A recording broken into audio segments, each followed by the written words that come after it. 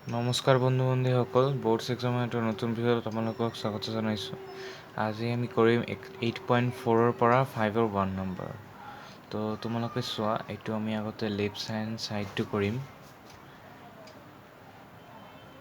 cosec থিটা minus cot থিটা whole square. আমি কি জানো, cosec থিটা কি হয়?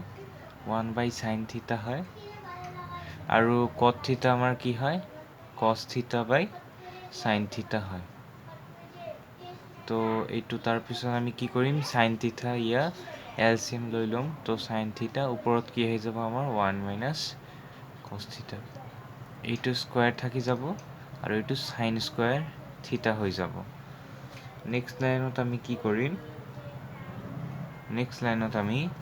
তো তোমালোকে চোৱা 1 - cos থিটা স্কুৱেৰ আছে, তো আমি দুবাৰৰ যিটো লিখিব পাৰোঁ 1 - cos থিটা ইনটু 1 - cos থিটা। আমাৰ এটা ফৰ্মুলা কি আছে, 1 + 1 = sin স্কুৱেৰ থিটা প্লাছ cos স্কুৱেৰ থিটা।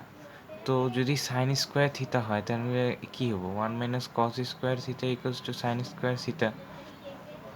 তো ইয়াতে আমাৰ sin স্কুৱেৰ থিটা আছে, আমি কি লিখিব পাৰোঁ, 1 - cos স্কুৱেৰ থিটা। এতিয়া তোমালোকে চোৱা, এইটো স্কুৱেৰ কৰিলে 1 আহিব। তো এইটো আমি লিখি ল'লোঁ আগতে, 1 - cos থিটা আৰু এইটো 1 - cos থিটা। তাৰপিছত এইটো a² - b² ফৰ্মুলাত কি হ'ব, a - b a + b। তো আমাৰ এইটো আৰু এইটো কাটি যাব, আমাৰ কি থাকি যাব, 1 - cos থিটা বাই 1 + cos থিটা। এইটোৱে আমাৰ কি আহি গ'ল, ৰাইট হেণ্ড ছাইড আহি গ'ল, প্ৰুফড। তো আশা কৰোঁ তোমালোকে বুজিব পাৰিছা। কিবা প্ৰব্লেম হ'লে তোমালোকে নিশ্চয় কমেণ্টত জনাবা। ধন্যবাদ।